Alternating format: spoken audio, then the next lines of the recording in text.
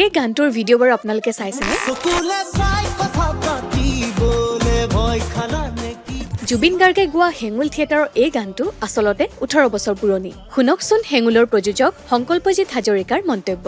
18 বছৰ আগতে কৰিছিলোঁ আমি ঝংকাৰ বুলি নাটকখন, ব্যৱসায়িকভাৱেও আৰু এনেও বহুত পপুলাৰ হৈছিলে নাটকখন। আমি এতিয়া 18 বছৰ পিছত আকৌ ৰিপিট কৰি আছোঁ।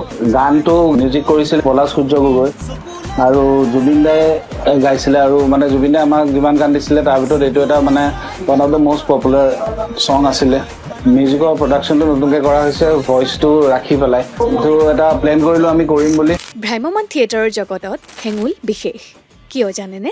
হেঙুলৰ জন্ম হৈছিল যোৰহাটৰ মৰিয়নিত, যি ঠাই থিয়েটাৰৰ জন্মঠাই পাঠশালাৰ পৰা বহু দূৰত।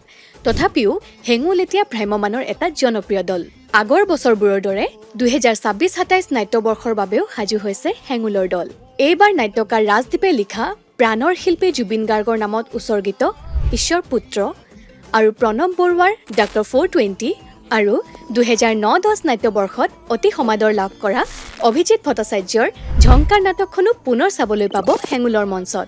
নৱাগত দীপাংকৰ মহন্ত, ঋত্বিক নাথ, সূৰ্য শইকীয়া, অনামিকা শৰণীয়া, সৌমাৰজ্যোতি বৰাৰ লগতে ময়ূৰী গৌতম, জীৱন হাতীকাকতি, ননী দেৱী, ধ্ৰুৱজ্যোতি ঢেকিয়াল ফুকন, জয়ন্ত বৰ্মন আৰু অলোকেশ হাজৰিকাকে ধৰি বহু অভিনেতা অভিনেত্ৰীক দেখা পাব এই থিয়েটাৰখনত। তাৰোপৰি বহু বছৰৰ মূৰত পুনৰ হেঙুলৰ জৰিয়তে ভ্ৰাম্যমানলৈ আহিছে সিদ্ধাৰ্থ শৰ্মা। তিনিওখন নাটকতে অনন্য ৰূপত দেখিবলৈ পাব বেহাৰবাৰী আউটপোষ্টৰ কে খ্যাত অভিনেতাজনক। শুনক মন্তব্য। বহুত বছৰ মই নাটক কৰিম, গতিকে মোক খুব ভাল লাগি আছে আৰু এতিয়া দৰ্শকক একদম সন্মুখৰ পৰা কেঁচাই কেঁচাই পাব।